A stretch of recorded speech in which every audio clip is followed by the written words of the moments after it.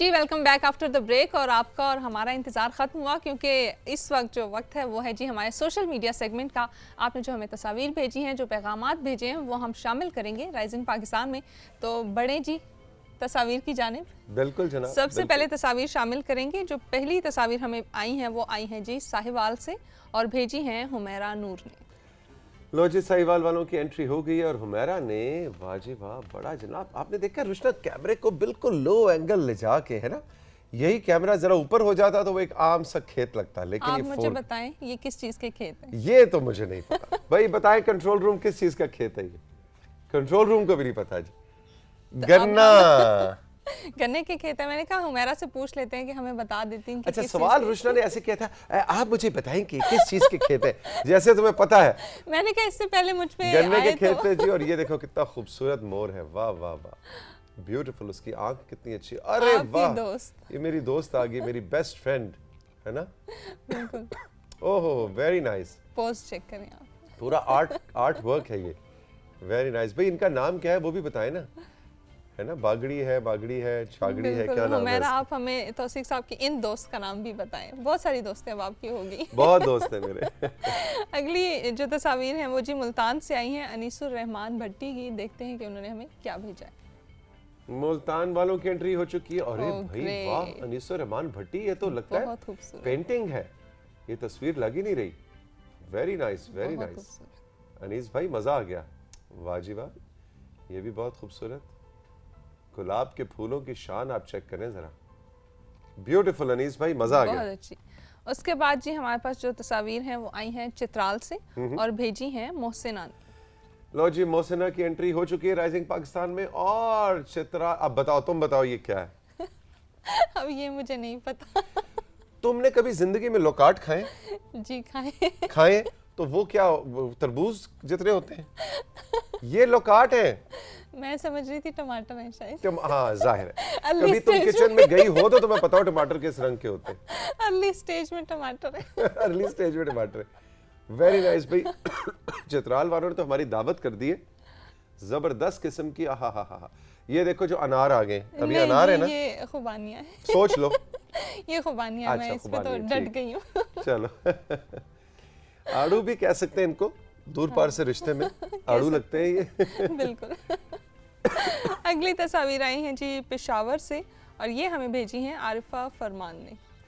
आरिफा फरमान ने तस्वीरें भेजी हैं पेशावर से। जी बिल्कुल। ओके जी, पेशावर वालों की एंट्री हो गई है जनाब। 3 and 2 and 1, वाह जी वाह, ये तो पेंटिंग है, ड्राइंग है। ड्राइंग है जी, ये आरिफा की ड्राइंग हमें आई है। और देखें जी क्या खूबसूरत उन्होंने बीच में रिवर बनाया है, फिर कोई फिशिंग भी हो रही है, कोई ज़बरदस्ती एक मछली भी पकड़ी गई है जो मेरे ख्याल से अब हमें सर्व की जाएगी। आरिफा आप क्या सोचती हैं कि आप ये हमें सर्व कर देंगी या नहीं? आपको क्या लगता है इस मछली का क्या होना चाहिए? मैं मछली से ज्यादा वो गौर से देख रहा हूँ जो मछली पकड़ने की कोशिश में तौसीक अंकल खड़े हुए हैं आज से कोई 150 साल के बाद। 150 साल तो लगेंगे मुझे इस तरह कमर मेरी झुकते हुए। क्या पता मछली का वजन बहुत ज्यादा हो इसलिए वो झुके हो। एग्जैक्टली, हाँ ये भी है। बहुत ये भी है, बड़ी लेकिन मछली। बहुत खूबसूरत पेंटिंग, वेरी नाइस। चलिए जी आगे बढ़ते हैं, पैगामात का सिलसिला शुरू करते हैं। हादिया हुसैन ने हमें मतीला डिस्ट्रिक्ट सरगोदा से जो है वो पैगाम भेजा है। कहती हैं तौसीक भाई good morning rising Pakistan team. Tauseeq भाई मारोश की डिस्कशन बहुत मज़े की थी और आपने सेट पर सही मैजिक वर्ल्ड क्रिएट किया। आपकी $1 मिलियन एडवाइस में बहुत मालूमात होती है। आज के इस मल्टीमीडिया दौर में किताबें पढ़ने का रुझान कम होता जा रहा है, लेकिन बुक बडी का सेगमेंट रखा जिससे हमें बहुत सी किताबों के बारे में मालूमात मिलती है। जी हादिया, बिल्कुल मुझे खुशी है कि हमारे सारे सेगमेंट्स आपको पसंद आ रहे हैं और हमारी कोशिश भी यही होती है, फातिमा की, रुशना की, मेरी और हमारी पूरी टीम की, कि हम बातों बातों में, हंसी मजाक में आप तक कुछ ना कुछ काम के बाद ज़रूर पहुंचाएं। और बिल्कुल आपने ठीक कहा, जो मारोश का सेगमेंट था उसमें सब लोग पूछ रहे हैं कि वो जो हैरी पॉटर की कैप थी, वो टोपी थी, उसमें वाकई जादू आ गया था या ये तौसीक अंकल की कोई शरारत थी? नहीं, एक्चुअल जादू था भाई उसमें, वो टोपी हाथ मुझे नहीं आ अभी रही भी थी। शक है, मुझे लगता है आपने कोई शरारत की। अच्छा नहीं, जिप जिप जिप, कुछ राज है वो बताए नहीं जाते। ये राजों पे पर्दा डाल देते हैं हम जी। Exactly. Hadia thank you very much, आपने इतना पसंद किया हमारे सेगमेंट। अगला पैगाम है जी रिजा अली का। केपीके से कहती हैं अस्सलाम वालेकुम rising Pakistan. Million dollar advice में तारीफ़ करने के हवाले से मेरा ज़ाती तजुर्बा है कि मेरी 2 कज़न्स की लड़ाई थी। ओके। अब आगे गौर से सुने। बोल चाल बंद थी। ओहो। इनकी सुलह करने की नीयत से दोनों की एक दूसरे के सामने तारीफ़ कर दी। बस इनके दरमियान बदगुमानी के बादल झटके और दोनों फीमेल्स में सुलह होगी। ऐसी तारीफ़ से दिली सुकून मिला, बल्कि बेजा तारीफ़ जो किसी में हो ही नहीं, कहीं खुशामद के ज़ुमरे में तो नहीं आ जाएगी। भाई पहली बात तो है कि रिजा बहुत शुक्रिया कि जो मिलियन डॉलर एडवाइस हम आपको बताते हैं, अगर आपका उससे कोई ज़ाती एक्सपीरियंस हो तो वो शेयर करना बहुत ज़रूरी होता है। लेकिन दूसरी बात जो बहुत अहम है वो ये कि देखिए, खुशामद में और जेन्युइन तारीफ़ में फ़र्क है। और वो तारीफ़ जो इस नीयत से ही की जा रही है, जैसे आपने खुद फरमाया अपने पैगाम में, जो इस नीयत से ही की जा रही है कि 2 सहेलियां या 2 दोस्त या 2 रिश्तेदार आपस में उनकी सुलह हो जाए, तो मेरा ख्याल में इसमें तो कोई हर्ज भी नहीं है। और तारीफ तो वो है ना जो अंदर है उस शख्स के, आपके कॉलीग के। आप एक ही कमरे में बैठते हैं, वो उनका मेज़ है या आपका मेज़ है, और आपको पता है कि इस शख्स के अंदर ये बात काबिल तारीफ है, लेकिन आप सिर्फ इसलिए तारीफ नहीं करते कि मैं क्यों तारीफ करूं, ये तो मुझे पसंद ही नहीं करता और मैं भी इसे पसंद नहीं करता, तो मुझे क्या ज़रूरत है तारीफ करने की। ये गड़बड़ वाली बात है। जो बात तारीफ के लायक है वो कीजिए, दीवारें आपस में नफरत की गिरती हैं। बिल्कुल। अगला पैगाम है जी लैया से अली का। कहते हैं, भाई वाह क्या सरप्राइज़ है आज राइजिंग पाकिस्तान ने हमारे लिए रखा है। जहांगीर जानी वाकई ही सदाबहार शख्सियत हैं। मैं ये ज़रूर कहना चाहूँगा, अब आप गौर से सुनेंगे जी, कि तौसीक सर और जहांगीर सर दोनों वैसे के वैसे हैं जैसे हम बचपन में देखते थे। अल्लाह आपको ऐसे ही सलामत रखे, आमीन। बहुत बहुत शुक्रिया आपका। जी बिल्कुल, मैं इस बात से बिल्कुल इत्तेफाक करता हूँ कि जहांगीर जानी साहब भी बिल्कुल वैसे के वैसे हैं जैसे के थे, है ना। हाँ, हम लोग रोज रात को फ्रीजर में जाके सो जाते हैं, फिर फ्रीजर में सुबह उठते हैं तो 12 घंटे हमारे जो है ना, वो 12 घंटे यानी आधी उम्र हमारी इसलिए पीछे लगती है। हम जितने के नजर आते हैं उससे डबल के, क्योंकि आधा वक्त हमारा फ्रीजर में गुजरा है। अब आपके नुस्खे पे अमल करके बहुत सारे लोग इस फ्रीजर में नुस्खे पे अमल नहीं करना, ये सिर्फ जहांगीर जानी और तौसीक हैदर पे ये नुस्खा क्योंकि मुझसे बहुत सारे लोग पूछते भी हैं कि आप तौसीक के साथ होती है तो पूछें उनकी जवानी का क्या राज है, तो आप ये बता दें। फ्रीजर चलेंगे जी हम बुक बडी के बुक रिव्यू की जानिब और देखते हैं कि शाहरुख हमें किन किताबों के बारे में आज बताने वाले हैं। चलिए जनाब। अस्सलामुअलैकुम and good morning my dear friends, कैसे हैं आप लोग सब। I hope all of you are doing great. दोस्तों, दुनिया में एक मुल्क है Japan, which really fascinates me. जापानियों का लाइफस्टाइल बहुत ही यूनिक है। जापानीज फिलॉसफी भी मुझे बहुत पसंद है।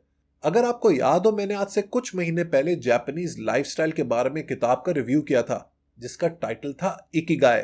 वो भी एक कमाल का कॉन्सेप्ट है। लेकिन आज हम जिस किताब के बारे में बात करेंगे वो भी जापान से रिलेटेड है और उसका टाइटल है वाबी साबी। वाबी साबी दोस्तों एक कमाल का कॉन्सेप्ट है, एक सोच है जो किसी भी शख्स को नेचर के करीब कर देती है।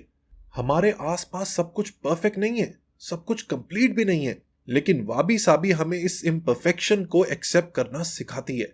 इस किताब में ये पूरा कॉन्सेप्ट बहुत ही डिटेल में बताया गया है। लेकिन मेरी जो फेवरेट बात है ना इस बुक के बारे में, वो ये कि इसको पढ़ के हमारी जो फास्ट पेस जिंदगी है, जो भागती चली जा रही है, उसको हम लोग कंट्रोल कर सकते हैं। उसकी पेस हमारे हाथ में आ जाती है। हम लोग पूरी जिंदगी परफेक्शन की तलाश में गुजार देते हैं, लेकिन वो परफेक्ट मोमेंट कभी नहीं आता और जब तक हमारी आंखें खुलती हैं उस वक्त तक बहुत देर हो जाती है। वाबी साबी का जो फलसफा है वो आपको अपनी जिंदगी की पेस यानी कि उसकी स्पीड कंट्रोल करने का मौका देता है और उसका नतीजा ये निकलता है कि आप नेचर के, कुदरत के करीब हो जाते हैं, आप उसके साथ हार्मनी में आ जाते हैं, आपकी जिंदगी बैलेंस्ड हो जाती है। लिहाजा अगर आप एक बैलेंस जिंदगी की तलाश में हैं तो ये किताब वाबी साबी आप लोगों ने जरूर पढ़नी है। दोस्तों, आप लोगों को यकीनन याद होगा कि आज से कुछ दिन पहले मैंने आपको अब्दुल्ला हुसैन के शोरा आफाक नॉवल उदास नस्लें को रिकमेंड किया था। मुझे उम्मीद है आप में से कुछ लोगों ने उसको खरीद के पढ़ना भी शुरू कर दिया होगा। है ही वो ऐसा कमाल का नॉवल। मजे की बात यह है कि इस नॉवल का एक सीक्वल, एक तसलसल भी मौजूद है जो कि है नादार लोग की शक्ल में। नादार लोग की कहानी वहीं से शुरू होती है जहां उदास नस्लें की खत्म हुई थी। ये नॉवल बुनियादी तौर पर बात करता है पाकिस्तान की आज़ादी के बाद जो पहले 25 साल थे उनके बारे में। अब्दुल्ला हुसैन का जो नाम दोस्तों मशहूर हुआ था वो हुआ था उदास नस्लें से।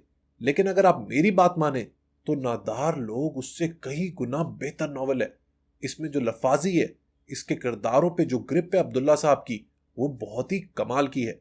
ये कहानी है उन लोगों की जो सही वक्त की तलाश में बैठे रह गए, वक्त आके चला गया और उनको पता भी ना लगा। ये कहानी है उन लोगों की जिनको एक स्टैंड लेना था, जिनको अपने मुल्क के लिए काम करना था, सिंसेरिटी के साथ, लॉयल्टी के साथ, ईमानदारी के साथ, लेकिन वो नहीं कर पाए। ये कहानी है उन लोगों की जो मेहनत करने की बजाय, स्ट्रगल करने की बजाय हर चीज को किस्मत और तकदीर समझ के कबूल कर लेते हैं।